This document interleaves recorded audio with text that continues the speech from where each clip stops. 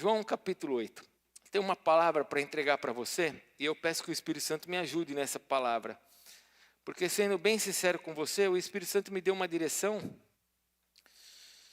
e eu fui caminhando e a coisa foi ficando tão grande que eu espero que o Senhor me ajude. João capítulo 8. Acharam? Esse trecho você conhece das Escrituras e eu espero trazer uma revelação para você. Versículo 1 diz assim: Jesus,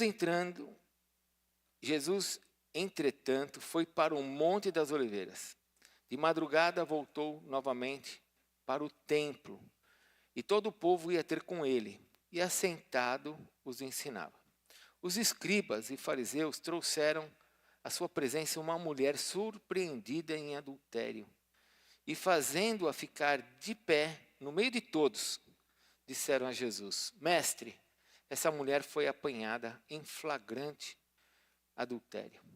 E a lei nos mandou Moisés que tais mulheres sejam apedrejadas. Tu, pois, que dizes? Isso diziam eles, tentando para terem de que o acusar. Mas Jesus, inclinando-se, escrevia na terra com o dedo. Como insistissem na pergunta, Jesus se levantou e lhes disse: Aquele que dentre vós estiver sem pecado, seja o primeiro que lhe atire a pedra. E tornando a inclinar-se, continuou a escrever no chão. Mas ouvindo eles esta resposta, e acusados pela própria consciência, foram se retirando-se um por um, a começar pelo mais velho até os últimos, ficando só Jesus e a mulher no meio onde estavam. Erguendo-se Jesus e não vendo a ninguém, mas além da mulher, perguntou-lhe: Mulher, onde estão aqueles teus acusadores? Ninguém te condenou? Respondeu ela: Ninguém, Senhor. Então lhe disse Jesus: Nem eu tampouco te condeno. Vai e não peques mais. Até aqui. Feche os seus olhos, vamos orar ainda em pé. Peça para Deus falar com você. Eu tenho certeza que no meio dessa palavra que eu li, o Espírito Santo já começou a falar alguma coisa com você. Mas peça agora para Deus falar com você. Fale: Espírito Santo, fala comigo. Eu vim aqui para te adorar. Traz uma revelação ao meu coração, Senhor. Amado Deus, obrigado por estarmos juntos. Pai, estamos na tua presença como teus filhos que foram adotados. Nós fomos adotados pelo Senhor. O Senhor nos comprou com o teu sangue. E nós queremos nessa noite ouvir a tua voz como Pai. Porque o Senhor se importa conosco. O Senhor sabe quem nós somos, o que nós precisamos, quais são as alegrias do nosso coração e aflições.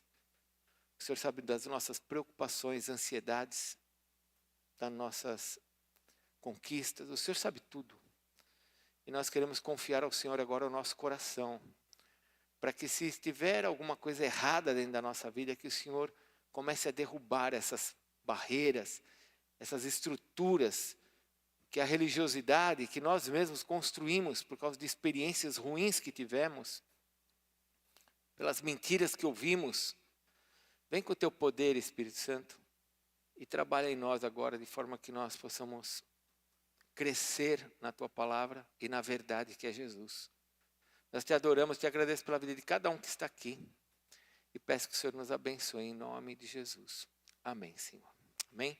Pode se assentar. Estou feliz que eu estou vendo o Gabriel aqui, o diácono Gabriel. A Sarinha, a filhinha dele, nasceu muito novinha e teve que passar por um procedimento cirúrgico lá em Ribeirão Preto, mas graças a Deus venceu todas as etapas, para a glória do Senhor Jesus, e logo, logo ela vai estar aqui com a gente. Não vejo a hora de apresentar ela com uns 3 quilos, hein, Gabriel? Em nome de Jesus, porque se puxar o pai, vai crescer, vai ficar forte. Em nome de Jesus. Amados, eu quero compartilhar com você um pouquinho sobre ver o Pai. Fale comigo, ver o Pai. Fala para o teu irmão, ver o Pai. Eu não sei se você consegue ver o Pai. O Pai. Eu tenho certeza que você ama o Pai. Mas eu tenho que, nessa noite, conversar um pouquinho com você sobre isso, o Pai. Porque a figura do Pai ela é muito importante para o nosso caminhar. O Pai nos dá uma identidade. O Pai nos dá. Você tem um sobrenome que é do teu pai. O teu pai te deu uma identidade. Quando eu consigo enxergar o Pai, eu tenho identidade. Quando eu tenho identidade, olha só que coisa. Quando eu vejo o Pai, eu tenho identidade. Quando eu tenho identidade, eu tenho propósito. A minha vida agora tem uma direção por causa do Pai. Quem me dá propósito é o Pai. E uma vez que eu tenho propósito, eu tenho um destino. Então, olha só. Eu não tenho destino se eu não tiver propósito, se eu não tiver identidade e não sei quem é o Pai. Por isso que é muito importante essa questão da figura do Pai. Eu sei que muitas pessoas falam assim, ó, eu amo Jesus. Como é bom se relacionar com Jesus. Eu amo Jesus. Eu amo me relacionar com Jesus. Teve uma época no Brasil, não sei quantos aqui vão se lembrar disso, que houve um mover muito grande do Espírito Santo de Deus e um valor enorme pelo Espírito Santo. Porque a igreja tinha deixado de lado a obra do Espírito Santo. E começamos a viver uma obra do Espírito Santo com muito fervor. Apareceu os livros do Benny Hinn, o Espírito Santo. E todo mundo começou a se relacionar só com o Espírito Santo. É uma delícia também se relacionar com o Espírito Santo. Porque Pai, Filho e Espírito são uma só pessoa.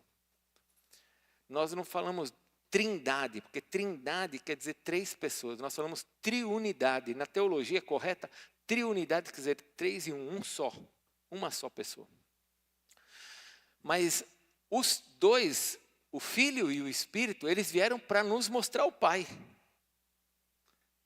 Os dois, o Filho e o Espírito, eles vieram para nos apresentar o Pai, para nos ligar ao Pai, a Deus Pai. O nosso relacionamento tinha sido quebrado com Deus, Deus Pai.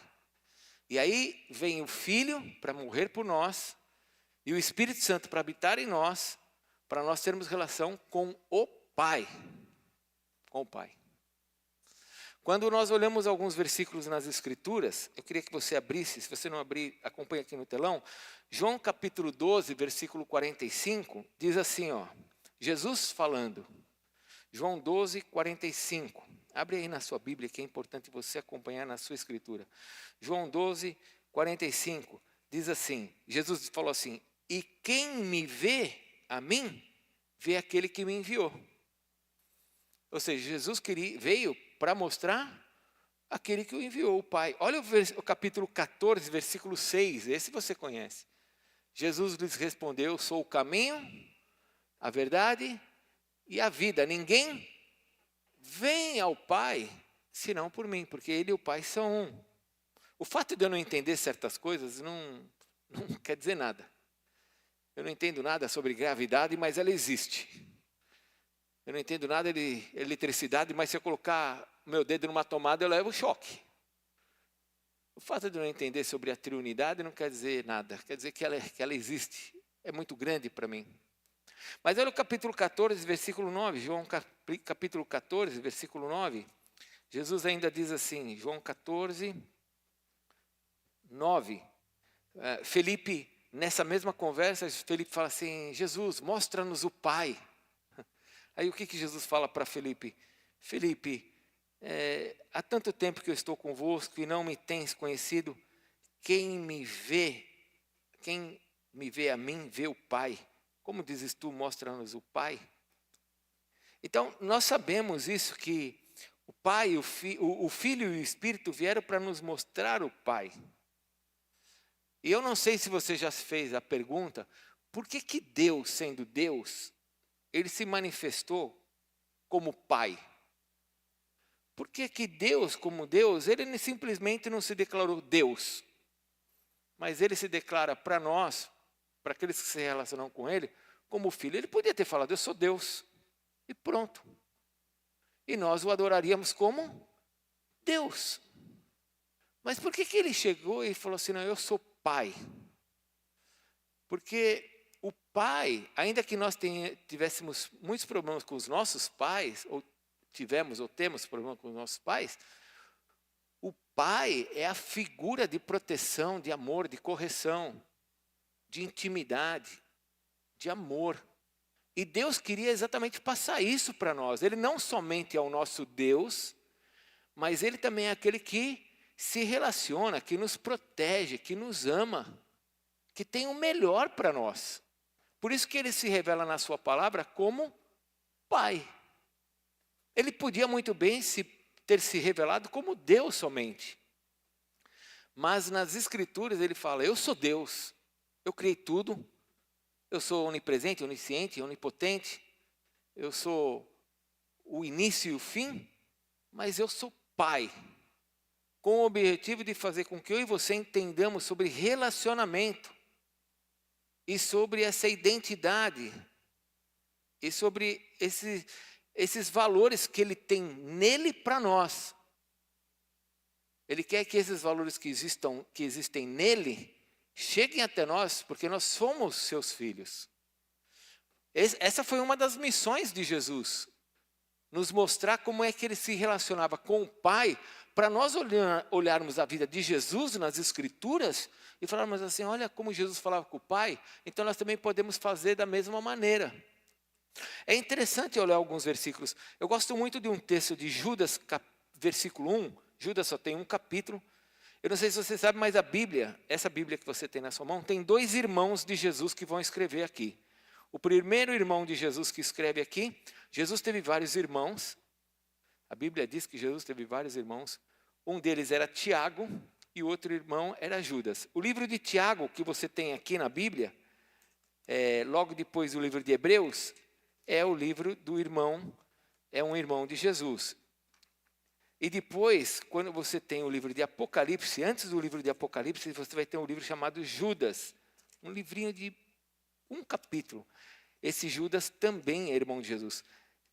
Só que ele é da época, irmãos, quando ele não tinha certeza que Jesus era realmente o Filho de Deus. Quando Jesus ressuscita, ele passa a entender que Jesus é o Filho de Deus. Então, quando ele se manifesta aqui na carta, olha como que ele escreve no versículo 1. Então, você tem que imaginar um homem que tinha um irmão chamado Jesus, e ele falava, será que ele é Deus mesmo? Quem que é ele? Como assim ele é Deus? Mas quando Jesus ressuscita, ele olha e fala, uau, ele é Deus mesmo. Então olha como que agora ele vai tratar Jesus. Ele fala assim, ó, Judas, servo de Jesus Cristo, irmão de Tiago. Não é mais irmão de Jesus. Porque agora ele reconhece que Jesus é Deus. E ele fala, opa, eu não sou irmão dele não. Porque ele é Deus. Ele vem do Espírito Santo. Agora, olha só o que ele fala. Judas, servo de Jesus Cristo, irmão de Tiago, aos chamados, amados de Deus. Deus o quê? Deus Pai. Deus Pai. E guardados em Jesus Cristo. Deus então se manifesta como Deus Pai. Um Deus que quer se relacionar conosco, que muitas vezes vai ter que nos disciplinar.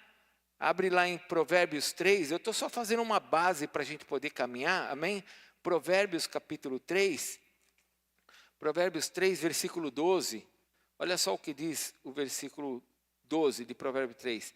O Senhor, deu para colocar aqui, está aqui no telão. O Senhor disciplina quem ama. Então, presta atenção, quem ama disciplina, não é bate, é corrige. O Senhor disciplina quem ama. Assim como o pai ao filho, a quem? Quer bem, quer bem. Vamos lá para Efésios capítulo 5. Efésios capítulo 5. O Senhor então é como um pai, né? Ele é pai, ele se revela como pai. Para poder influenciar a nossa vida.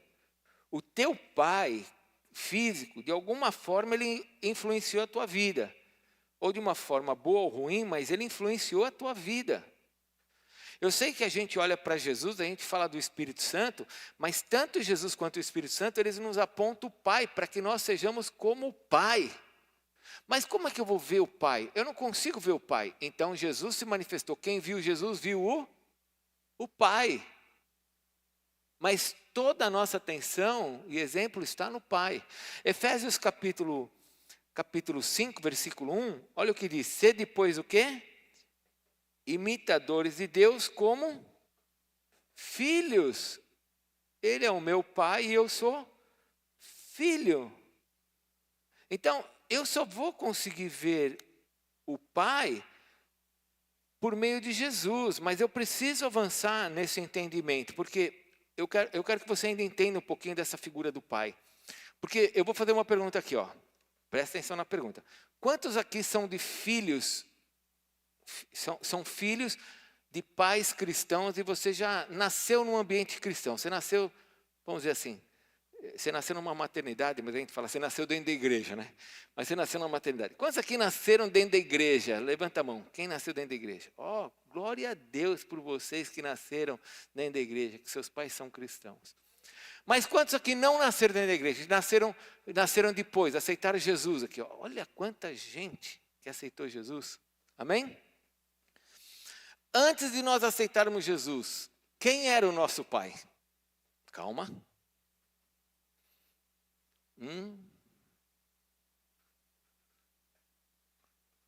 Efésios capítulo 2, abre lá, por favor. Efésios capítulo 2.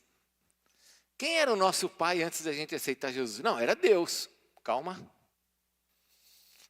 Calma. Efésios capítulo 2, vamos ler lá? Efésios 2, versículo 1. Ele nos deu vida, estando nós mortos. Bom, eu não estava morto fisicamente, eu estava morto o quê? Espiritualmente. Porque ele me deu vida, mas me deu vida não. Eu ia assistir jogo, eu ia brincar, eu corria, fazia as besteiras que eu fazia, eu estava vivo, mas eu estava morto espiritualmente. Então ele me deu vida. Vida onde? No meu espírito. Então vamos lá, ele me deu vida quando eu estava morto nos meus delitos e pecados, nos quais eu e você andavam outrora, segundo o curso desse mundo. Nós andávamos segundo o mundo. Segundo quem?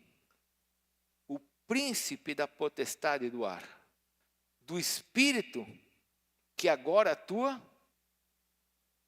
nos filhos da desobediência. Não atua mais em mim, porque agora eu sou filho de Deus.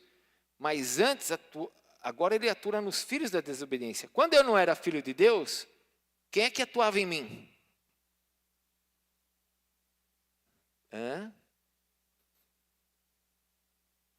É horrível isso, né? Sim ou não? Dá até um pavor, né? Mas é a verdade. Quem atuava em nós antes de Deus atuar em nós?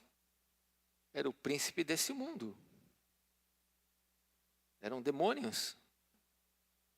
Era o diabo.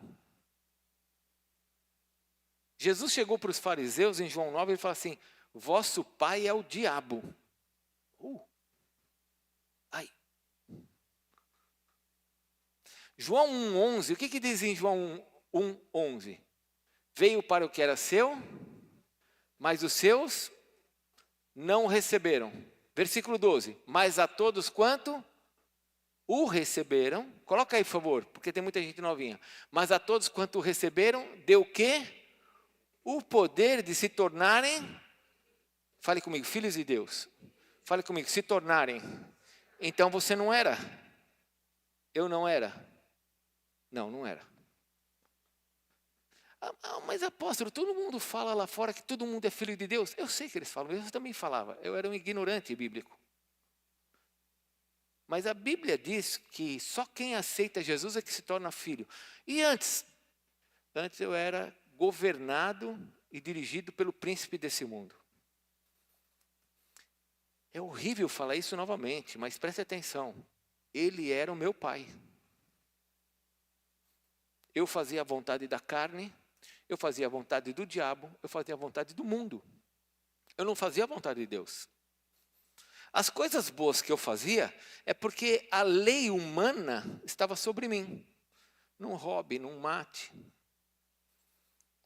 Mas as leis de Deus, do verdadeiro Deus, não estavam sobre mim. As leis que estavam sobre mim eram as leis dos demônios.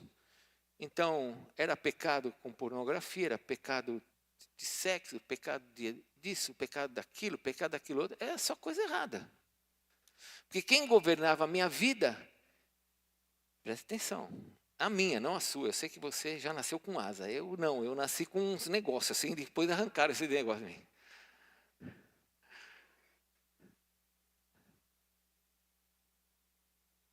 Eu nasci e fui controlado por esse inimigo. Meu pai era ele, eu não sabia. Eu achava que meu pai era Deus. Eu ia na igreja, me ajoelhava, tomava hóstia, falava com Deus, tinha as minhas estatuinhas, confiava em Deus, mas a Bíblia diz que ele não era meu Deus. O meu Deus verdadeiro não estava comigo, eu tinha outro Deus, eu não sabia. Eu tinha uma boa intenção, mas eu não sabia. Agora olha só, vamos lá novamente, João 1,12. Mas a todos quanto o receberam, deu-lhes o poder de serem feitos. Olha, isso está na Bíblia espírita, está na Bíblia católica, está na Bíblia cristã, evangélica, toda a Bíblia é igual nesse versículo. Então nós aceitamos Jesus. Agora olha só, você aceitou Jesus, eu aceitei Jesus. Eu me tornei o quê? Eu rompi com esse pai e agora eu tenho o meu pai. Porque agora quem me deu acesso a esse pai foi Jesus. Amém? Pergunta: esse pai com quem eu me relaciono hoje, é esse mesmo ou eu continuo me relacionando com esse sem saber que já mudou? Porque nós temos uma consciência muito grande de que Jesus fez por nós na cruz, que Jesus morreu pelos nossos pecados. Então nós não temos dificuldades com Jesus. No passado, para alguns, Jesus era um espírito evoluído. Para alguns, Jesus era um profeta. Para alguns, Jesus foi um líder político. Mas hoje, no presente, Jesus é Deus para nós. Nós sabemos quem é Jesus. Mas a pergunta é, e o Pai? A pergunta é, e o Pai? Eu sei que agora eu tenho um Pai que é verdadeiramente Deus, ou eu continuo achando que o Pai, que é Deus, é esse que eu me relacionava no passado? E eu não transferi isso. Porque eu, na minha religiosidade, eu falava com Deus. Você não falava com Deus? E aí a gente se converte e a gente continua falando com Deus. Mas eu sei que esse Deus que eu falo agora é esse Deus, não é mais esse. Porque não é mais esse, eu sei que não é mais esse. Eu sei que é o Deus de nosso Senhor Jesus Cristo. Eu agora falo com Deus verdadeiro. Você também. Mas a pergunta que eu quero te fazer, que o Espírito Santo colocou no meu coração é, uma vez que esse Deus verdadeiro agora está na sua vida, você sabe que ele não é mais igual a esse? Você sabe que você precisa se relacionar com ele, porque como ele é Deus do jeito que ele é, não como esse Deus. Deixa eu avançar mais um pouquinho com você. Vamos lá para o Éden. Eu preciso ir com você para o Éden. Gênesis capítulo 2. Vamos lá para Gênesis capítulo 2. Vamos caminhar um pouquinho. Vamos entender. Deus faz o paraíso.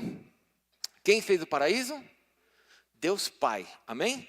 Ele faz o paraíso. O Deus Filho e Espírito Santo vai todos os dias nesse paraíso falar com Adão e Eva. E Deus Filho vai nesse paraíso e ele anda todos os dias na viração da noite e ele vai e conversa com Adão. Tudo bem? Estamos juntos? E aí Deus Filho, porque ninguém pode ver o Pai, mas quem vê o Filho vê o Pai. Deus Filho fala assim, olha, de todas as árvores aqui, você pode comer de tudo. Gente, o homem estava vivendo o lugar mais sensacional do mundo. O pastor Chris Valentin, ele disse que era o lugar mais lindo do mundo, porque quando você encontrar um lugar que você e a tua esposa podem andar pelado, tranquilo, é o lugar mais lindo do mundo. Concorda? Era o lugar mais lindo do mundo. Os dois ali peladão, andando livres, soltos, felizes, nenhum problema. E de repente Deus chama esses dois e fala assim para eles, ó, O lugar aqui está lindo, é lindo. Mas vocês podem comer de tudo, menos daquela árvore lá. Ó. A árvore do conhecimento do bem e do mal. A árvore do conhecimento do bem e do mal. Vocês não podem comer daquela árvore. Vamos fazer pergunta, porque a gente cresce fazendo pergunta. Criança cresce fazendo pergunta. Vamos fazer pergunta. Por que Deus colocou essa limitação? Por que Deus colocou aquela bendita árvore ali e ainda foi falar para o homem não comer dessa árvore?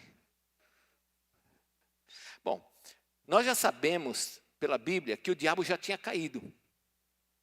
Quando Deus termina de fazer os céus e a terra, em Gênesis capítulo 1, tudo que ele fez era muito bom. O primeiro dia era bom, o segundo dia era bom, o terceiro dia era bom, quarto dia. Quando ele termina de fazer todas as coisas, diz a Bíblia que Deus, tudo que ele fez era muito bom. Então, se Satanás caiu depois do sétimo dia, do descanso. Satanás cai. Ok? Deus agora coloca o homem e a mulher para tomar conta do jardim. Está no capítulo 2. Toma conta do quê? O inimigo já tinha caído. Então ele coloca lá para tomar conta. E Deus fala assim, não coma daquela árvore. Por quê? Vamos lá. A partir do momento que Deus colocou aquela ordem, Deus estabeleceu uma autoridade. Deus estabeleceu o quê? Eu estou acima de você. E esses são os limites. Não coma. Se você me obedece, você está debaixo da minha autoridade. Estão entendendo? Sim ou não? Precisa entender isso, porque isso é princípio de fé. Não coma. Deus está acima de mim, eu estou abaixo, não vou comer. Aparece o diabo no capítulo 3, e o diabo chama a Eva e fala assim para ela, o que o Senhor te falou? Para não comer, nem tocar. Não tem nada a ver. Se você comer, você vai ser como Deus. E Ele não quer que você seja como Ele. Ela olha para a árvore.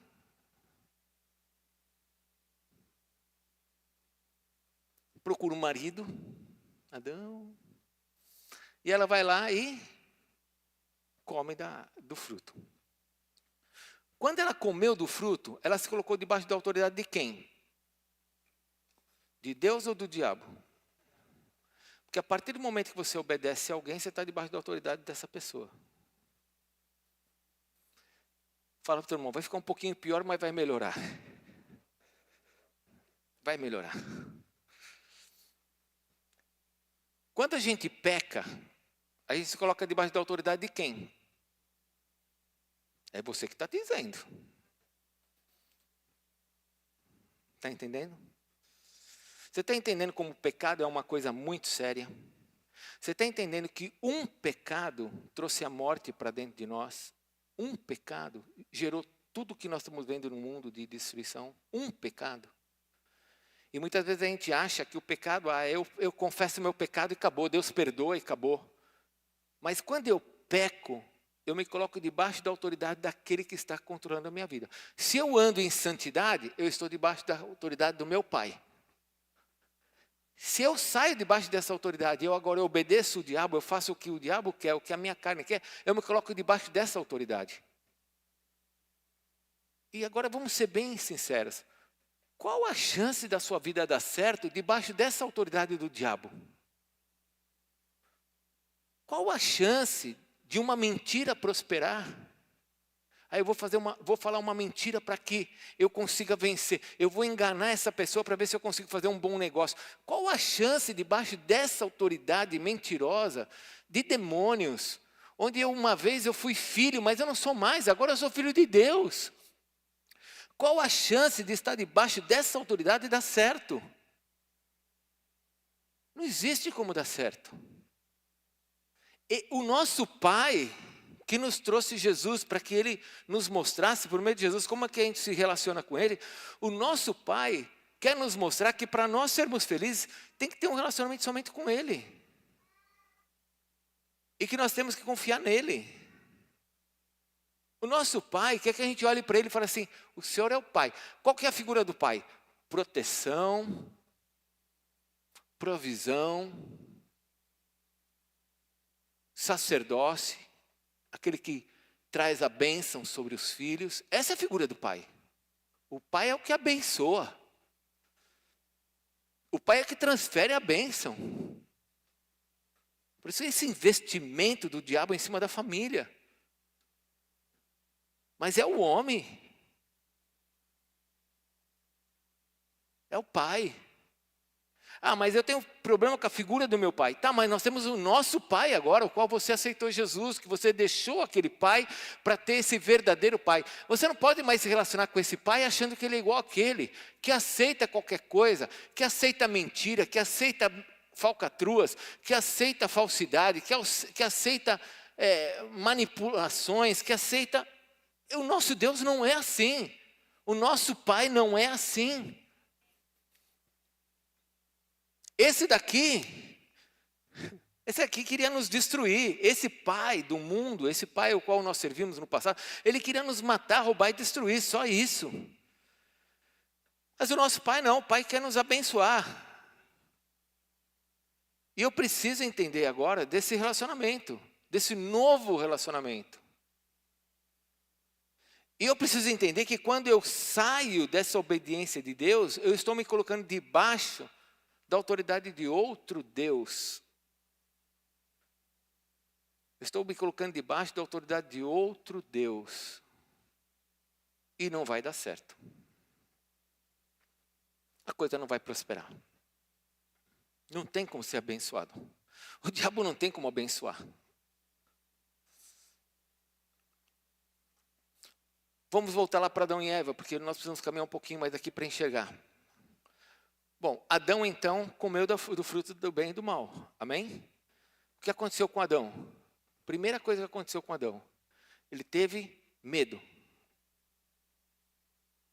Eu vou te fazer uma pergunta.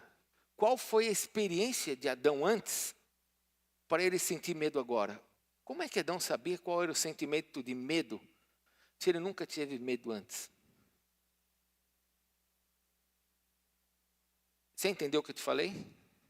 Por exemplo, quem aqui tem filho pequeno? Quem tem filho pequeno não, um pouquinho maior, que sai de casa às vezes para ir para a escola, voltar, e você fica em casa, seu filho... Quem tem filho assim? Tem? Se teu filho demora, o que acontece com você? Você fica o quê? Preocupado. Por que você fica preocupado? Porque você já viu muita coisa ruim acontecendo, não é? Sim ou não? Então a tua experiência de coisas ruins te gera preocupação, te gera medo. Você tem uma experiência. Para ter medo, você tem uma experiência. Então eu quero te fazer uma pergunta. Qual foi a experiência de Adão para ter medo, se ele nunca teve medo antes? Como é que ele pode ter medo se ele nunca teve medo antes? Você tem que pensar. Porque agora, quem deu a ele, Adão, sentimentos que ele nunca teve, foi o próprio inferno, o próprio diabo que deu para ele.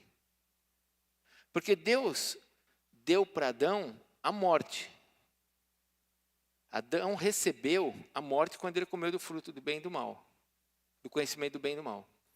Mas o medo, as outras coisas que apareceram, são coisas que o inimigo foi implantando dentro do coração dele, da alma dele. Porque agora, acredite no que eu vou te falar, a partir do momento que você sai debaixo da proteção de Deus, e você se coloca debaixo do inimigo, agora ele vai ter acesso à sua vida, ele vai implantar em você os sentimentos dele. Vamos voltar lá para Efésios 2, para você entender. Efésios 2, eu estava morto no meu delito e pecado, amém? Eu era dirigido pelo príncipe da potestade do ar, amém? Como é que eu era dirigido pelo príncipe da potestade do ar? Eu vou te falar como que era, não se assuste. Fala para o teu irmão, não se assuste agora.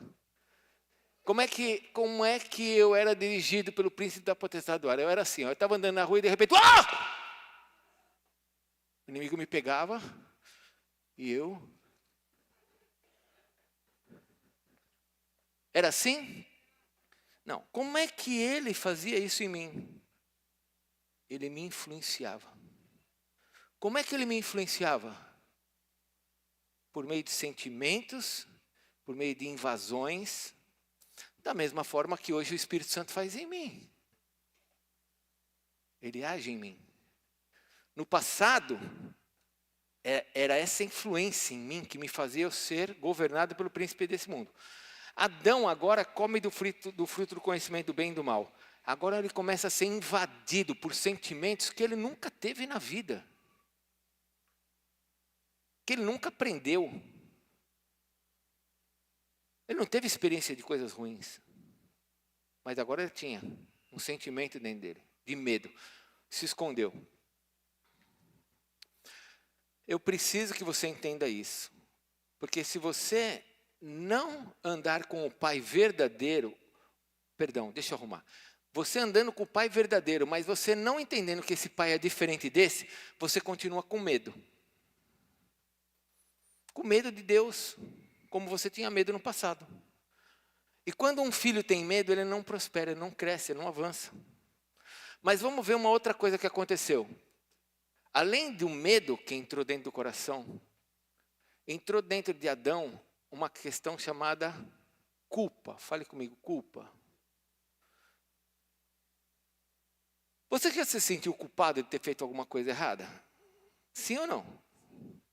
O que a gente fala quando a gente se sente culpado? Por que eu fiz isso? É ou não é? Sim ou não? Nós somos iguais, não somos? Eu faço uma coisa errada. Ai, Senhor, por que eu fui fazer isso? Deus chega para Adão e fala assim: Adão, por que você comeu do fruto? O que ele falou? Foi a mulher. Colocou a culpa em quem?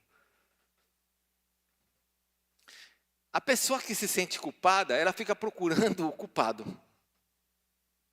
Está entendendo? Eu vou falar de novo. Quem se sente culpado, procura o culpado. Eu fiz uma coisa errada, eu me sinto culpado. Por que eu fiz isso? Quem é o culpado? Quem fez isso comigo? Por que eu caí? Ah, foi a minha esposa. Foi a Eva. Aí Deus falou com a Eva. Ô Eva, o que você fez? O que a Eva falou? Foi a serpente. Sim ou não? Porque a pessoa culpada procura um culpado. E aqui nós começamos os problemas.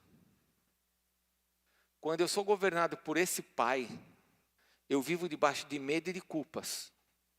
E aí, olha só, eu fico sem identidade. Porque o Deus que me ama, Ele não trabalha debaixo do medo nem da culpa. O Deus que te ama não trabalha através de medo e de culpa. Deus não coloca em você medo. E Deus não coloca em você culpa. Bom, eu vou começar a pregar. Abre lá em João capítulo 8. Abriu João capítulo 8. Temos uma mulher que caiu em adultério. Agora você tem que enxergar essa cena dessa mulher em adultério.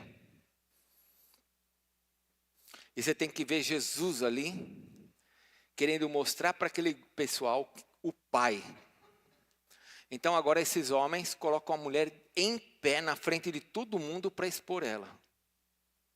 Você já deve ter visto filmes em que eles chegam com a mulher e jogam a mulher fica no chão, não é isso? Mas na realidade a mulher não ficou no chão, eles colocaram ela de pé na frente de Jesus, para expor, na frente de todo mundo. E eles agora colocaram uma culpa sobre essa mulher, ela provavelmente se sentia culpada, estava com medo, porque ela foi pega em adultério. Os homens chegaram lá e falaram assim, Jesus, nós temos todas as câmeras que viram ela. Nós gravamos, temos as câmeras, as gravações. Não tem como ela sair livre disso. E Jesus continuou escrevendo no chão. Algumas pessoas, eu mesmo acredito, que Jesus ficou escrevendo e eles insistiram com Jesus. E Jesus começou a escrever alguns pecados no chão. Eu acredito, algumas pessoas acreditam assim. E aí Jesus se levanta e ele fala assim, quem não tem pecado, atire a primeira pedra. E diz a palavra de Deus que Aqueles que tinham muito mais pecado, os mais velhos, porque viveram mais, pecam mais. Sim ou não? Do mais velho para o mais novo foram saindo um por um. E agora acontece algo fantástico. Jesus transmite para aquela mulher, ele quer transmitir para você a figura do Pai. Ele olha e fala assim: mulher, cadê os que te condenam? Ela olha e fala: não tem mais ninguém. E Jesus, que era o único que podia condenar a mulher. Porque Jesus falou: quem não tem pecado, atire a primeira pedra. Jesus poderia tirar uma pedra naquela mulher? Era o único que podia tirar a pedra. Mas Jesus olha e fala assim: eu também não te condeno. E Jesus tira daquela mulher o medo e a punição. E Jesus faz uma coisa que é muito complicado para nós. Porque a nossa natureza, a natureza ela exige uma justiça. Nós queremos justiça. Só que lá Tiago, capítulo 1, eu não me lembro se é o versículo 15 ou 16, acho que é o versículo 17 diz: a ira dos homens, acho que é 17, a ira dos homens não produz a justiça de Deus. A minha ira não produz justiça de Deus. Então Deus agora, o Senhor Jesus, que quer mostrar a figura do Pai, está dizendo para aquela mulher assim: eu não te condeno, e vai e não peques mais. Aí você pode pensar assim: então Jesus quebrou a lei. Jesus não cumpriu a lei. Porque a lei mandava apedrejar. Sim, a lei mandava apedrejar. Mas como é que a lei mandava apedrejar? Mediante o testemunho de 2 ou 3 testemunhas, a mulher tinha que ser apedrejada. Ficou só quantas testemunhas ali? Só Jesus. Então, mediante a lei, não precisava apedrejar, porque não tinha testemunhas. Jesus não pecou. Jesus não fez nada de errado. O que ele fez ali foi para mostrar para a mulher e para mostrar para você e para mim que o nosso Pai não coloca sobre nós medo nem culpa. A nossa natureza é uma natureza de punição. Fale comigo, punição. Quando alguém faz uma coisa errada com a gente quer punir essa pessoa, não é? Sim ou não? Nós queremos punir. E quando a gente pune alguém, a gente está privando aquela pessoa de alguma coisa. Por exemplo, o marido briga com a esposa. Tudo bem? Estão vendo essa cena? Marido brigando com a esposa. Eles param de conversar. O marido fala: não falo mais com você. Eu fiz muito disso com a Adriana. No meu passado. Não falo mais com você. Ficava uma semana sem falar com ela. Uma semana sem falar com ela. Ela chorava, eu ficava mal por dentro, mas minha carne não me ajudava, eu não tinha força. E eu ficava uma semana sem falar com ela. Quem pune quer ver a pessoa sofrer e priva a pessoa do amor. Ela fala assim: você não merece o meu amor, eu não vou te dar. E ela agora vai punir, privando a pessoa de alguma coisa. Nessa cultura nossa de punição, de justiça, onde nós vemos a coisa errada e a gente quer punir a pessoa, então eu não falo mais com você. Eu também não vou mais na sua casa. Eu também não, você não vai, não. Nessa cultura de punição, nós privamos a outra pessoa de alguma coisa. E nós nos colocamos na condição de juiz. Eu me coloco debaixo desse Deus. Não do meu Deus. Porque o meu Deus, o teu Deus, o Pai que te ama, Ele não pune. Ele não tira você do relacionamento com Ele por causa do teu pecado. Ele pode nos disciplinar. É diferente. Abre em Hebreus capítulo 12, lá. Hebreus capítulo 12. Por favor. É diferente a disciplina da punição. Porque você pode pensar assim: então quer dizer que se a pessoa faz a coisa errada, a gente vai deixar a pessoa fazer a coisa errada e não vamos fazer nada? Não, o pai, por isso que ele é pai. O pai disciplina. Olha o que diz assim, versículo 4 no capítulo 12. Ora, na nossa luta contra o pecado, acharam o versículo 4? Amém? Na nossa luta contra o pecado, ainda não tendes resistido até o sangue. E estáis esquecidos da exortação que, como filhos, discorre convosco. Filho meu, não menospreze o quê? A correção que vem do Senhor. Nem desmaieis quando por eles és reprovado. Porque o Senhor corrige a quem ama. E açoita, ele bate, ele corrige a todo filho a quem recebe. É para a disciplina que perseverais. Deus vos trata como filhos. Pois que filho que há que o pai não corrige? Leia comigo isso aqui novamente. Fale comigo. Que filho que há que o pai não corrige? Mas hoje tem pai que não corrige. Mas a Bíblia está falando, qual que é o filho que não é corrigido? Mas a Bíblia está dizendo que todo filho é corrigido. Versículo 8, olha como fica grave o negócio. Mas se estáis sem correção, de que todos se têm tornado participantes, logo sois bastardo e não... O que é um filho bastardo? Vamos lá. Eu tenho um relacionamento com uma... Eu caso com uma moça que ela já tem um filho. Esse filho não é meu. Esse filho não é meu. Eu casei com ela, esse filho não é meu. Eu posso bater nessa criança? Posso corrigir ela? Não. O pai que não tem filho não pode bater o filho, não, filho. Não pode corrigir. Então, o pai que não corrige, ele não tem filho. Ele tem um bastardo. Só que você é filho. Deus vai te corrigir. Você pode falar glória a Deus? Eu sei que você não gosta, nem eu, porque está escrito aqui. Vamos continuar lendo. Versículo 10, vou pular um pouquinho. Pois eles nos corrigiam, os nossos pais, por pouco tempo, segundo o melhor lhes parecia. Deus, porém, nos disciplina para... Então, a disciplina tem que ser para aproveitamento, a fim de sermos participantes da sua santidade. Então, para um pouquinho. A disciplina é para nos abençoar, amém? A punição não abençoa, a punição afasta. A punição tira privilégios. A punição é, você não fala comigo. A punição é, você não chega mais perto de mim. A punição é, você não vai fazer mais nada. Eu não faço mais nada para você. Não, isso é punição. Isso está debaixo desse Deus. Deus, o Pai, Ele não faz assim, Ele corrige. Ele vai disciplinar. De forma que aquilo que estava errado passe a ser certo. O que é disciplina? É fazer com que está errado volte para o certo.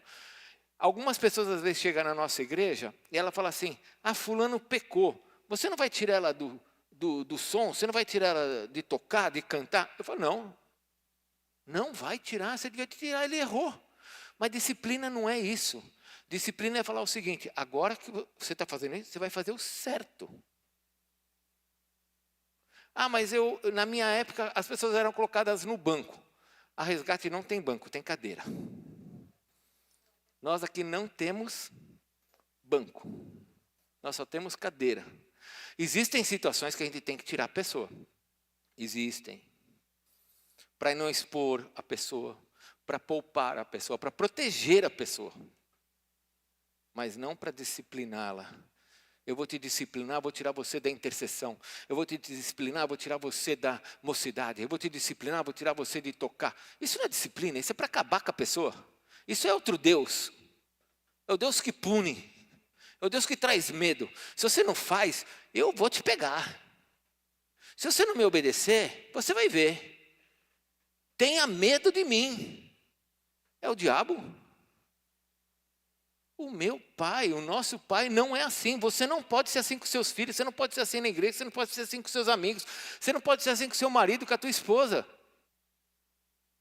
O nosso pai nos ensina o seguinte, se é para fazer alguma coisa é para melhorar, não é para piorar. Está entendendo? Que silêncio. Está todo mundo aí? Eu falei que vai começar a melhorar agora, tá bom? Fala para o teu irmão, vai melhorar.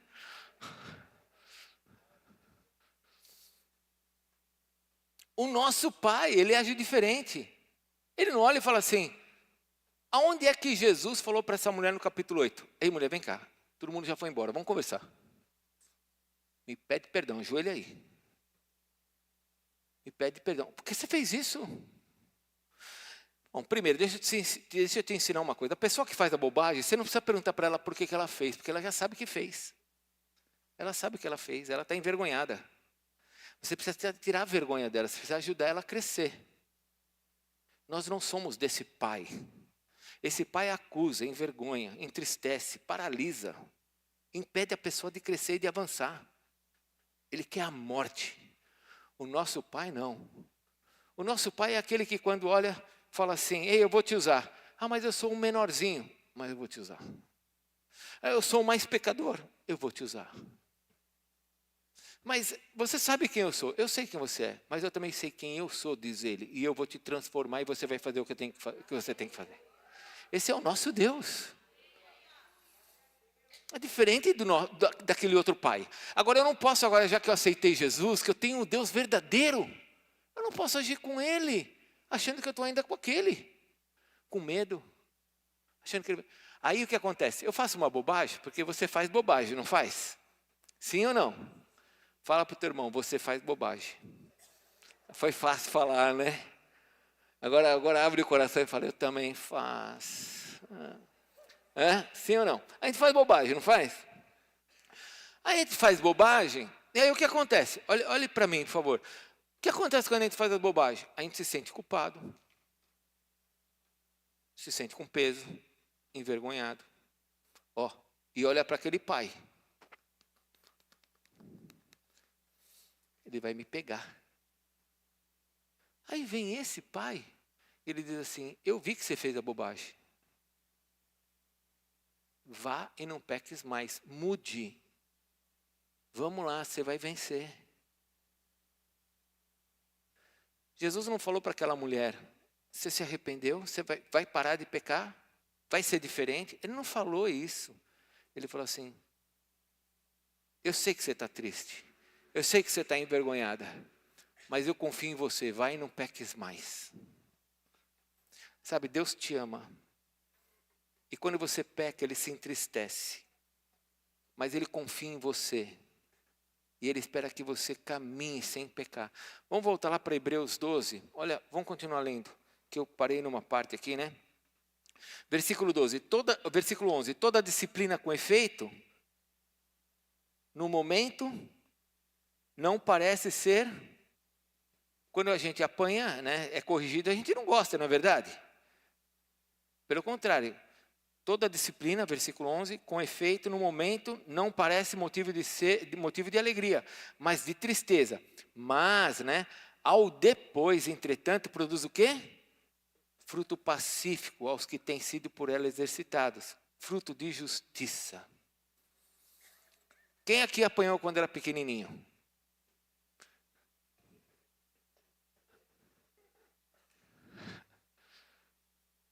Quantos aqui falam assim, eu apanhei da minha mãe e olha, valeu a pena. Quem fala isso?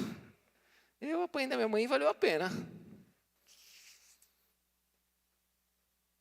E na minha época, irmãos, era cabo de vassoura, viu? Não é essa moleza hoje, não. Na minha época era cabo de vassoura.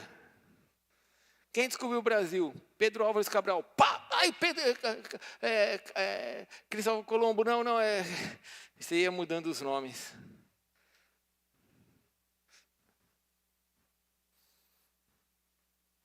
Eu troquei, né? Quem descobriu o Brasil? Cristóvão Colombo. Levava a porretada. Ai, Cabral. Aí você falava certo. Mas no momento, quando a gente é disciplinado, a gente não gosta. Mas depois a gente fala, foi bom. É a mesma coisa que Deus faz com a gente. Deus nos disciplina. Mas depois da disciplina a gente fala, foi bom. Feche a sua Bíblia, eu quero orar com você. Eu preciso fechar isso. Eu preciso fechar esse entendimento. Jesus veio nos mostrar o Pai. O Pai não coloca sobre você culpa, nem medo. Então não haja debaixo desse outro Deus que você antigamente se relacionava, que eu e você nos relacionávamos. Nós nos relacionávamos com Deus que não era o Deus verdadeiro. E porque nós nos relacionávamos com esse Deus que não era o verdadeiro, nós aprendemos a agir com essa questão de punições, de acusações.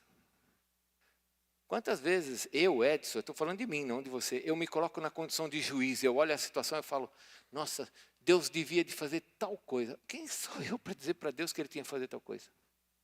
Mas é a minha natureza. Aí eu olho e falo assim, não, Deus sabe o que Ele está fazendo. Que Deus tenha misericórdia. Uma vez eu estava orando a Deus por uma questão e o Senhor me ensinou uma coisa que eu nunca vou esquecer. Eu não sei se você sabe, mas quando o Senhor fala assim, ore pelos teus inimigos, abençoai os que te perseguem. Irmão, você sabe o que isso quer dizer? Quando você fala para Deus assim, Senhor, abençoa aquela pessoa, isso pode ser muito perigoso, porque a bênção de Deus muitas vezes vai cair um juízo sobre a pessoa. Aí você fala, não, mas eu estou pedindo para abençoar. Sim, mas Deus, para trazer a bênção sobre aquela pessoa, muitas vezes tem que trazer um juízo para ela, que ela se desperte. Ah, então eu não preciso amaldiçoar? Não, porque amaldiçoar você não precisa, ela já está amaldiçoada. Mas muitas vezes quando eu peço a bênção sobre ela, sobre os meus inimigos, isso muitas vezes está trazendo Deus sobre essa pessoa. E Deus tem que muitas vezes agir sobre juízo para que essa pessoa chegue até Ele. Por isso que o Senhor fala, abençoe. Eu gostaria muito que você, a partir de hoje, pensasse nisso. E quando você tivesse uma situação difícil com a tua casa, com o teu marido, com os teus filhos, no teu trabalho, com os teus amigos, você começasse a observar como é que você age. Porque você tem uma identidade. Você é filho de Deus. Qual Deus? O Deus de nosso Senhor Jesus Cristo. Amém? Você tem o DNA dele. Então, a partir do momento que você tem esse Deus no seu coração, o Deus verdadeiro, quando acontecer coisas ruins, porque vão acontecer, tanto que você faz, quanto o que vão fazer contra você. Quanto ao que você faz, não se puna, não tenha medo, não se afaste do Pai, porque o Pai pode te disciplinar, mas Ele não vai te punir. Ele não vai te jogar fora.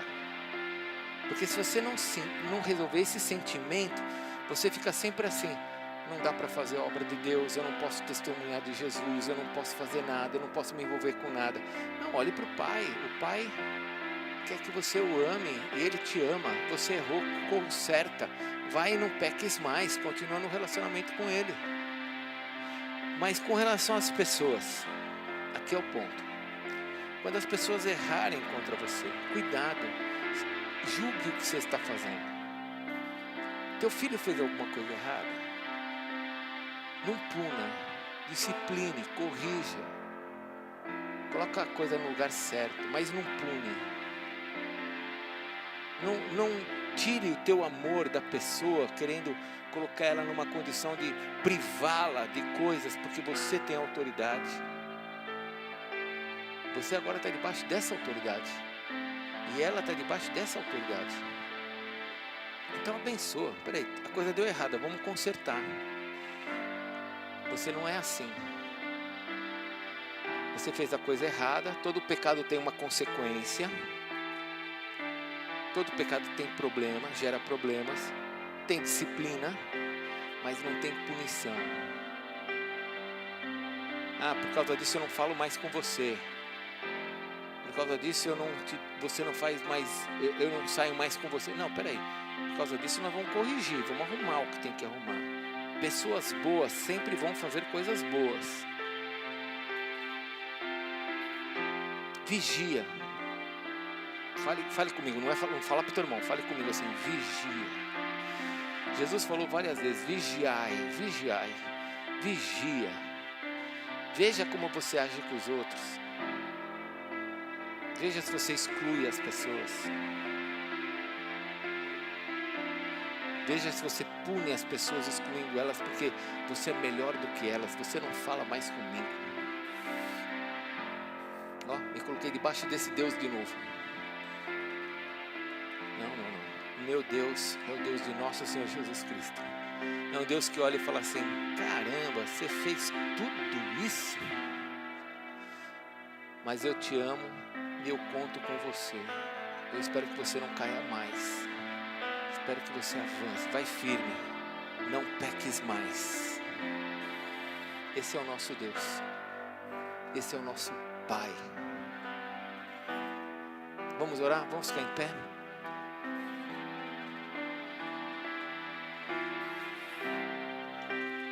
Talvez nessa noite tenha alguém entre nós aqui que não consiga avançar porque se sente culpado, se sente pesado, né? Alguém colocou muito peso sobre você, alguém te culpou de muita coisa e muita gente quis atirar pedra em você pelos teus erros, pelos teus pecados. Mas eu quero te dizer uma coisa: Jesus Cristo não veio para te condenar, Ele veio para te salvar. A obra de Jesus é obra de reconciliação, é obra de trazer-nos para perto dEle, não é obra de afastar-nos. Então, se você está nessa condição, feche seus olhos. Se você está nessa condição de se sentir pesado, você não consegue andar porque é tanta acusação contra você, você mesmo se acusa, você mesmo se entristece com você. Eu queria que você, não vou chamar você aqui na frente para te expor, mas eu gostaria que você que está nessa condição, você falasse para Deus: Senhor, eu sei que o Senhor me ama, o Senhor é meu Pai. Fale para Deus aí, silenciosamente, fale: Tu és o meu Pai. E eu quero te pedir perdão, porque muitas vezes eu me relaciono com o Senhor como era com outro Deus. O Senhor não é o príncipe desse mundo. O Senhor é o Deus verdadeiro. Fale para Deus, fale: Tu és o meu Pai. E eu tomo posse nesta noite de que o Senhor, como meu Pai, não coloca peso sobre mim. O Senhor não me acusa. O Senhor não me pune. Pelo contrário, o Senhor é aquele que disse que o Senhor tem um fardo suave, leve, para ir até o Senhor como eu estou. E eu entrego o meu coração a Ti. E peço que o Senhor tire todo esse peso de mim. Pai, eu peço pelos meus irmãos que estão fazendo essa oração agora. Tira esse peso. Tira essa acusação. Tira, Senhor, toda essa punição que o mundo trouxe sobre os Teus filhos, que tenta paralisá-los, que tenta impedi-los de avançar. Senhor, que os Teus filhos tomem posse da palavra nesta noite. Tu és o Deus que nos ama. Tu és o Deus que nos liberta. Tu és o Deus que veio para fazer uma obra nova em nós, que nos fez Teus filhos. Pelo Teu poder nos tornamos filhos de Deus, filhas de Deus. Eis aqui as Tuas filhas, Senhor. Ah, Deus, lava o coração delas agora. Tira esse peso. Abençoa suas vidas. Abençoa, Senhor. Mas eu quero orar agora com você que precisa liberar perdão sobre alguém. Você que quer ter um coração diferente, sem punição. Você que muitas vezes pune as pessoas. Às vezes você chega e, com a tua atitude, às vezes sem pensar, você faz uma coisa que acaba punindo alguém. E você quer nessa noite falar para Deus: Senhor, eu não quero fazer mais isso, porque eu sei que o Senhor é meu Pai. E eu quero ter a Tua identidade. Eu quero andar segundo os Teus propósitos. Eu quero que isso altere a minha eternidade. Se você nessa noite quer pedir para Deus, não, você quer chegar nessa noite e falar para Deus: Senhor, eu quero andar diferente. Eu quero ser diferente, eu quero não mais punir ninguém. Eu quero nessa noite fazer uma aliança com o Senhor, de andar conforme eu aprendi nessa noite. Andar com amor, andar sem punir as pessoas. Se você quer nessa noite fazer algo com Deus nesse sentido, vem aqui na frente que eu vou orar com você. Se você precisa nessa noite fazer essa aliança com Deus: eu quero, Senhor, eu quero ser diferente que as pessoas. Se você precisar vir aqui para frente, vem cá que eu vou orar com você. Vem aqui na frente, que a gente vai orar com você. Pode vir, eu já fiz isso antes de fazer o culto, viu? Eu já orei antes de começar o culto. Orei por mim. Porque a nossa natureza é muito fácil da gente fazer algo com alguém. na sua casa, no seu casamento, fique aqui na frente. É você com Deus, não é com o homem, não é comigo, é você com Deus.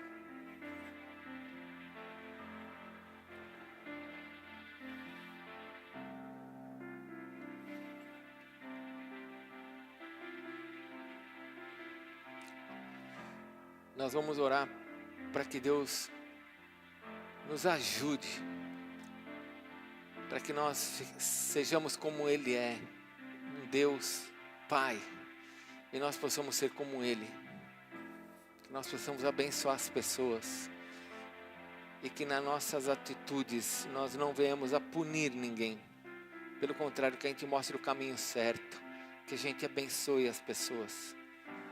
Vai ter hora que você vai ter que disciplinar, tomar autoridade sobre a questão, mas não vai punir. Você não vai afastar ninguém do teu amor.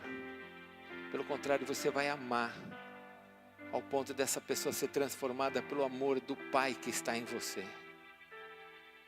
Meu Deus, eu quero pedir pelos meus irmãos que estão aqui na frente, assim como eu pedi por mim nesse dia. Ajuda-nos, ó Deus, para que os nossos corações e a nossa atitude seja uma atitude que te glorifique. Senhor, nós amamos as pessoas, mas muitas vezes a situação sai do nosso controle.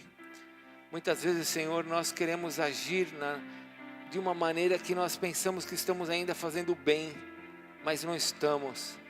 E acabamos, ó Deus, afastando as pessoas de nós, ou nós nos afastamos das pessoas. Nós não queremos, Senhor, agir com punição. Nós queremos agir com o amor que o Senhor nos deu. Eu peço pelos meus irmãos que estão aqui na frente, pelas minhas irmãs, para que nós, Senhor, tenhamos amor pelo nosso próximo. E quando nós agirmos com as pessoas, não tenha no nosso coração nenhum instrumento de punição, onde nós vamos afastar as pessoas de nós, ou nós vamos nos afastar das pessoas. Nós queremos te pedir perdão pelas vezes que fizemos isso, pelas vezes que nós erramos, porque nós não somos conforme o pai do passado, nós somos como o Senhor é. O Senhor é o nosso Deus. Abençoa-nos, ó Deus. Abençoa-nos para que nós possamos amar, para que nós possamos perdoar. E como diz em Hebreus capítulo 12, Senhor, para que não haja nenhuma raiz de amargura no nosso coração, para que a gente não estenda nossa tristeza para outras pessoas. Pelo contrário, que sobre as nossas mãos, sobre a nossa boca, sobre o nosso coração, esteja a Tua bênção, Senhor. Para tocarmos nos nossos filhos, tocarmos nos nossos amigos, tocarmos nos funcionários, tocarmos naqueles que estão debaixo da nossa autoridade, tocarmos nos nossos cônjuges, e saia amor de nós, Senhor. Que o diabo não divida a nossa casa, que o diabo não divida a empresa, o negócio, a família, os filhos, os irmãos. Pelo contrário, Senhor, que a nossa casa cresça na força, na Tua graça, no Teu poder. Abençoa-nos, Senhor. Abençoa-nos, Senhor. Faz a Tua obra no nosso coração, Senhor. E ajuda-nos a sermos como o Senhor é. Continue com os olhos fechados. Os irmãos que estão aqui na frente podem voltar para os seus lugares. Vamos continuar orando. Continue com seus olhos fechados. Eu queria agora que marido e mulher dessem as mãos. Por favor, marido e mulher, você que está perto do seu cônjuge, dá a mão para o seu cônjuge aí. Não fale nada, só dá a mão. Senhor, eu quero pedir a Tua... Se você está sem o seu cônjuge aqui, faz assim, ó. Se você estiver sem o seu cônjuge, faz assim, ó, como se você estivesse segurando na mão do teu cônjuge, com as duas mãos, tá bom? Um ato profético. Se você está sem o seu cônjuge, faz assim, ó, pega as tuas duas mãos e fecha, e deixa um oco no meio, como se você estivesse aqui no meio das suas mãos, a mão do teu marido, a mão da tua esposa. Senhor, em nome de Jesus, eu quero te pedir a Tua bênção sobre esses casamentos, para que o diabo não tenha força no meio da nossa casa, trazendo separação, trazendo, Senhor, iniquidade nos corações, de forma que nós venhamos a agir segundo a maldade do nosso coração. Nós não queremos agir segundo a maldade do nosso coração, nós queremos agir segundo o amor que o Senhor colocou no nosso coração, o amor do Pai, O amor que tudo sofre, tudo espera, tudo suporta. O amor que não procura seu próprio interesse. Traz esse amor, Senhor, para esses casamentos. E retira toda a punição, Senhor. Tira toda a forma de entendimento que nós tínhamos na nossa alma, no nosso coração. Tira tudo que está no nosso coração, que nos ensinou a agir de forma errada. Nós não queremos agir de forma errada com o nosso cônjuge, Senhor. Nós queremos abençoar a nossa parte, Senhor, a nossa esposa, nosso marido, Senhor. Abençoa, porque nós somos uma só carne. E queremos a Tua bênção no meio da nossa família. Senhor, muda o nosso coração, para que a punição, para que a acusação, o medo, a insegurança seja retirada dos casamentos. Senhor, que essa esposa deixe de sofrer, Senhor. Quantas mulheres sofrem, quantos homens sofrem com medo do seu cônjuge. Senhor, tira o medo dos relacionamentos.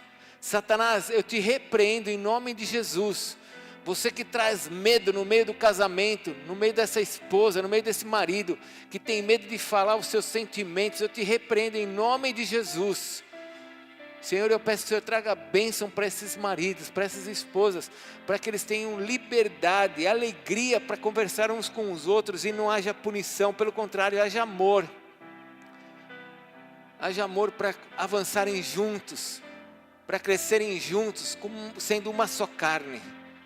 Abençoa, Senhor, a família, e que por meio deles, como família, seus filhos sejam transformados, a nossa geração seja abençoada, e nós tenhamos uma geração cada vez mais forte e mais abençoada sobre a terra, que seja semelhante ao Senhor, assim como nós queremos ser como o Senhor, que os nossos filhos também sejam como o Senhor. Obrigado por essa noite, Senhor, obrigado por esse tempo de adoração, obrigado por esse culto, nós te adoramos e pedimos a tua bênção, e que a graça de nosso Senhor Jesus Cristo, o amor de Deus Pai, a comunhão do Espírito Santo de Deus esteja sobre você, que o Espírito Santo de Deus te envolva, te abençoe, te proteja, e que você seja semelhante ao Pai, e que você ame, e que tua casa seja abençoada em tudo que você colocar as mãos, e a Ele, a Jesus, o nosso Senhor, aquele que está sentado no trono, seja a honra pelos séculos dos séculos, amém. Deus te abençoe, vai na paz, pode aplaudir o Senhor Jesus, toda a glória ao Senhor Jesus. Se você precisa que a gente ore por algo que a gente não orou ainda, vem aqui para frente, amém? Se você vai estar com a gente no almoço domingo que vem, vai lá atrás que o Leandro está lá para... eu não tenho como pagar hoje, não paga hoje, você paga semana que vem, mas dá o nome, tá bom? Eu não tenho como pagar hoje, eu ainda não recebi, não tem problema, não paga hoje, você paga só no almoço, mas precisa dar um nome lá atrás, tá bom? Deus te abençoe, vem para frente aqui que nós vamos orar com você, uma boa semana.